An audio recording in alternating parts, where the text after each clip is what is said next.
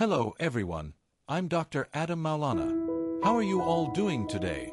I hope you and your loved ones are always healthy and doing well. Today, I would like to talk about a common ear problem, irritation or infection of the outer ear, which is medically known as otitis externa. Friends, our ears are more than just the part we can see from the outside. The ear canal is lined with skin and has natural protective mechanisms. That is why taking care of your ears does not mean cleaning them excessively. Irritation can occur when the skin around the outer ear or ear canal becomes disturbed. One common habit that can contribute to this is inserting cotton swabs or other objects too deeply into the ear. We may feel that we are simply cleaning the ear, but if this is done too often or too deeply, the sensitive skin inside the ear canal can become irritated. In addition, water that frequently enters and remains inside the ear can make the ear canal more humid. A moist environment can make the skin more vulnerable to irritation and, in some situations, may encourage the growth of microorganisms. Scratching the ear is another habit to be aware of. When the ear feels itchy, we may unconsciously use a finger or another object to scratch it. However, this can further disturb the surface of the skin. Using earphones or hearing devices that do not fit properly can also cause friction or pressure on the skin of the ear canal, especially when they are worn for long periods or are not kept clean. So, how can we recognize irritation or infection of the outer ear?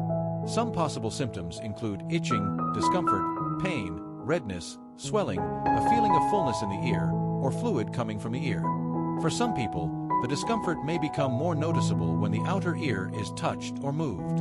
Hearing may also feel slightly reduced if swelling in the ear canal makes it harder for sound to enter. However, friends, these symptoms do not always have the same cause. That is why we should not immediately try to determine the exact condition on our own.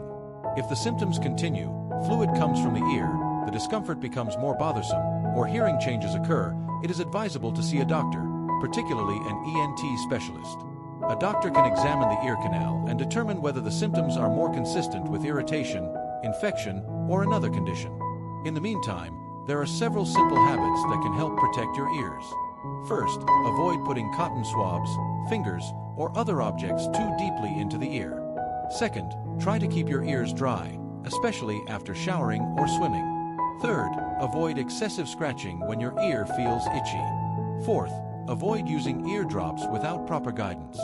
Certain products may be appropriate for specific conditions but may not be suitable for everyone. Friends, the ear actually has its own natural protective system. Therefore, we do not need to feel that our ears must always be cleaned until there is not even a small amount of earwax left. What matters more is maintaining habits that do not interfere with the ear's natural condition. If you experience an ear problem, do not panic, but do not ignore it either. Pay attention to the changes you experience and seek appropriate medical care if the symptoms persist. I'm Dr. Adam Maulana, and I want to remind you that ear health is an important part of overall health.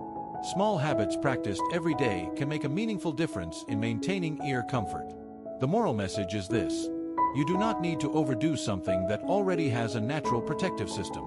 Treat your ears gently, avoid habits that may disturb them, and do not ignore changes that persist.